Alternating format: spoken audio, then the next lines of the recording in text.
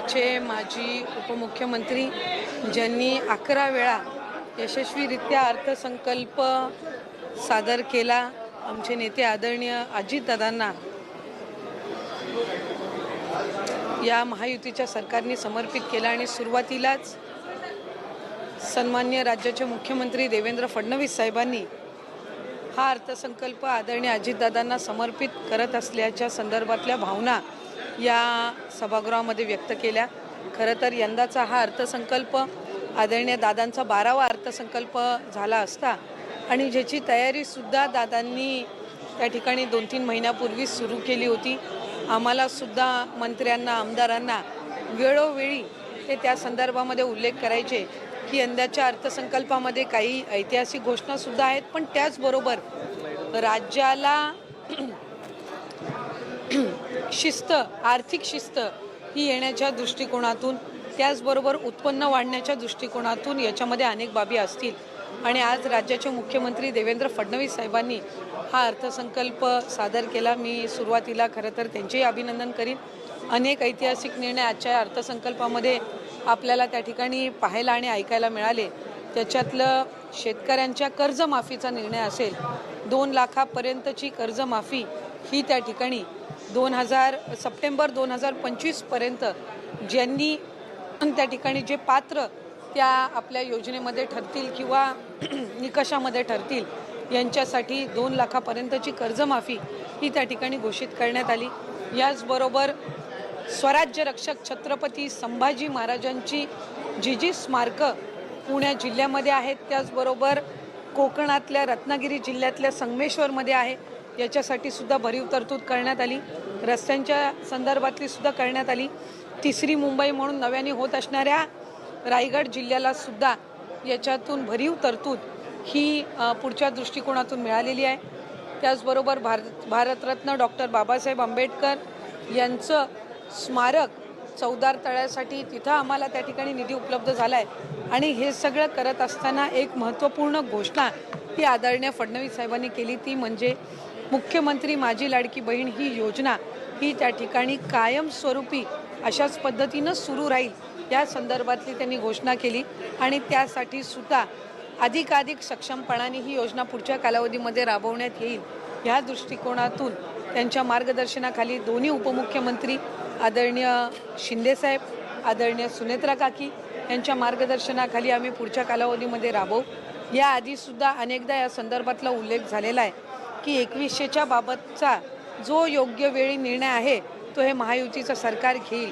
पण मला आपल्या माध्यमातून सुद्धा सांगायचं आहे की 1500चा लाभ हा लाडक्या बहिणींसाठी अशाच पद्धतीनं सुरू ठेवण्याच्या दृष्टिकोनातून विभाग म्हणून आम्ही त्या ठिकाणी काम करत आहोत। या व्यतिरिक्त आत्तापर्यंत एकल महिलांचा सर्वे हा कधी करण्यात आलेला नव्हता, तो पहिल्यांदाच त्या ठिकाणी करण्यात येत आहे। आणि एकल महिलांच्या दृष्टिकोनातून एक चांगलं धोरण हे महायुती सरकारच्या माध्यमातून पुढच्या कालावधीमध्ये येणार आहे। त्यामुळे तेही एक अतिशय ऐतिहासिक पाऊल हे सरकारच्या वतीने उचललं जात आहे। महिला सक्षमीकरणाकडे पाऊल जाईल का, की त्यांना 1500 रुपये देण्याची गरज पडणार, जे धोरण येणार आहे सरकारच्या वतीने, त्यामुळे महिला सक्षमीकरणाकडेचा पाऊल मारायचा नाही। एकल महिलांच्या संदर्भातला एक भाग झाला। मुळात मुख्यमंत्री माझी लाडकी बहीण ही योजना महिलांना सक्षम करण्याच्या दृष्टिकोनातूनच पहिल्यांदा आणण्यात आली। आणि आज साधारणपणे ज्या पद्धतीनं हा लाभ सुरू आहे, अनेक अशा महिला आहेत ज्यांनी त्या 1500च्या लाभातून ज्या आपल्या घरखर्च भागवतात, अनेक त्यांचे आरोग्य उपचार असतील ते सुद्धा करतात। पण लघु उद्योजकाकडे सुद्धा किंवा छोट्या मोठ्या व्यवसायांकडे सुद्धा ह्या 1500च्या लाभाच्या दर महिन्याच्या माध्यमातून महिलांनी पाऊल उचललेली आहेत।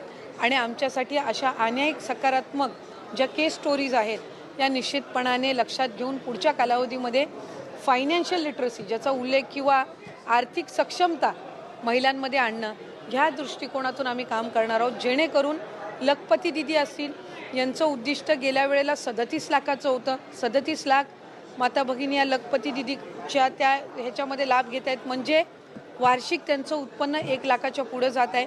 त्याच पद्धतीनं यंदाच्या याच्यासाठी 25 लाखाचं उद्दिष्ट हे ठेवलेलं आहे। त्याच्यामुळे एका बाजूला लखपती दिदी आणि एका बाजूला लाडकी बहीण योजना अशा पद्धतीनं सुरू असताना हे महिलांच्या सक्षमीकरणासाठी उचललेलं हे अतिशय महत्त्वपूर्ण पाऊल महायुतीच्या सरकारच्या माध्यमातून आहे.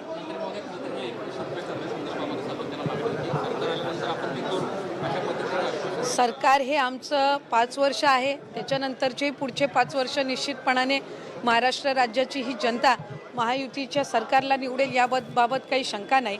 आत्ता आपण जी घोषणा आदरणीय मुख्यमंत्री महोदयांनी आज अर्थसंकल्प मांडत असताना केली आहे की अनेकांना वाटायचं की निवडणुकीनंतर ही योजनाच बंद होईल, पण आज निवडणूक होऊन 1.5 वर्षाचा कालावधी झालेला आहे.